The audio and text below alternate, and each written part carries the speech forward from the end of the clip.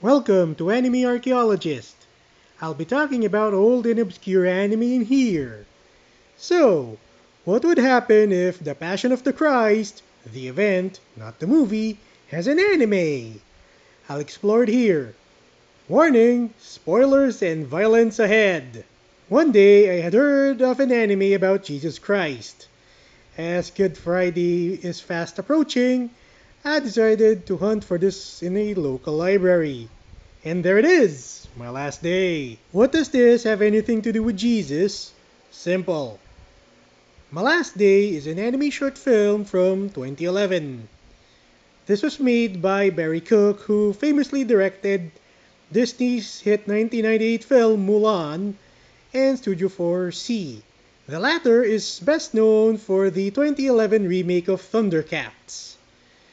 The people behind this is the Campus Crusade for Christ, an interdenominational Christian student org from America. Whenever animation and Christianity gets involved, we get four outcomes. First, it's a really good Western cartoon which has Christian elements in it. For an example, see VeggieTales. Second, it's a horrible Western cartoon which has Christian elements in it.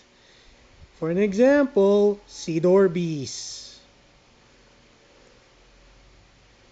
Third, it's an anime which has Christian aesthetics and not much else. For an example, see Arslan Senki. Lastly, it's an anime which has Christian themes and aesthetics. For an example, see My Last Day. The protagonist of this movie is the unnamed thief, who the Gospel of Luke called the penitent thief.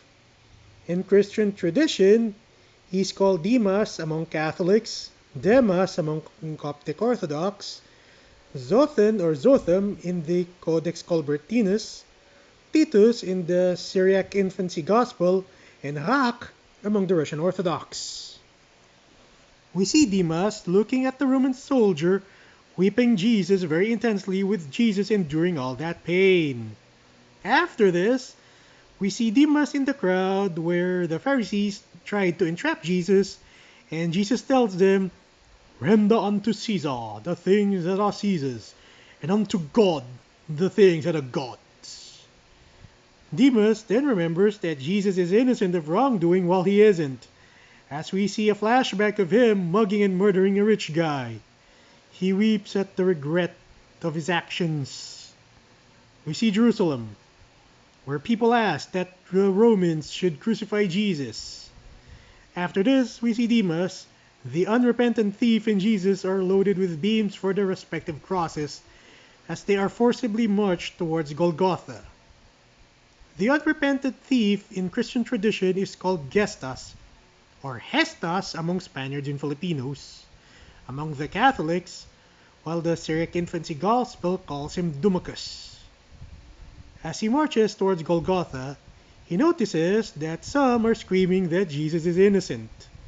At one point, Jesus falls down and a dude is tasked to help Jesus carry his cross. The man's name is Simon of Cyrene. Upon arriving at Golgotha, nails are driven into their wrists with hammers. Jesus endures it all. The three men are hung on their crosses as nails are mercilessly driven into their crosses. Jesus says the first of the seven last words, "Father, forgive them, for they know not what they do." He gets mocked with, "If you're the Messiah, bring yourself down from the cross." Justus joins in the mockery. Demas retorts with, "Don't you fear God? We've received the same sentence as he did, but he has done no wrong."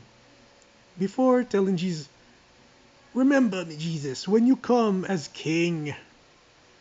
Jesus responds with the second of his seven last words, "I promise you, today you will be in paradise with me." A storm arrives over Jerusalem. Jesus says the seventh of his seven last words, "Father, into your hands I commend my spirit." And so he dies. A Roman soldier pierces the side of Jesus just to check if he really is dead. Blood and water flowed forth from his side. In Christian tradition, the soldier's name is Longinus, and the spear which had pierced the side of Jesus is called the Holy Lance. Another Roman soldier breaks Demas' legs, and he too dies. In heaven, Jesus and Demas meet.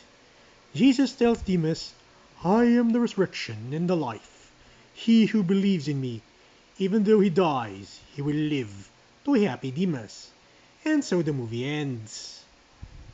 This is quite faithful to the source material, the Bible. The violence shows us the brutality of executions, and it has a deeper meaning. That God loves humanity so much that he incarnated as one of us in all things except sin, and he died on the cross to bridge the gap between himself and us. This infinite chasm is caused by sin, and as God is infinite, his infinite love for us bridges that infinite chasm caused by sin. You want to know what happens when one's creativity is inspired by the divine? You get my last day.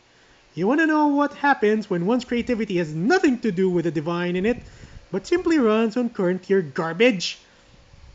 You get a movie about a twerking underage red panda. The aesthetic fits with the time period that this is set in. I recommend this movie especially for those Christians who want to watch anime. This is truly an awesome anime movie. Even if you're not a Christian, this will also help you. Trust me on this one. Please like, share, and subscribe.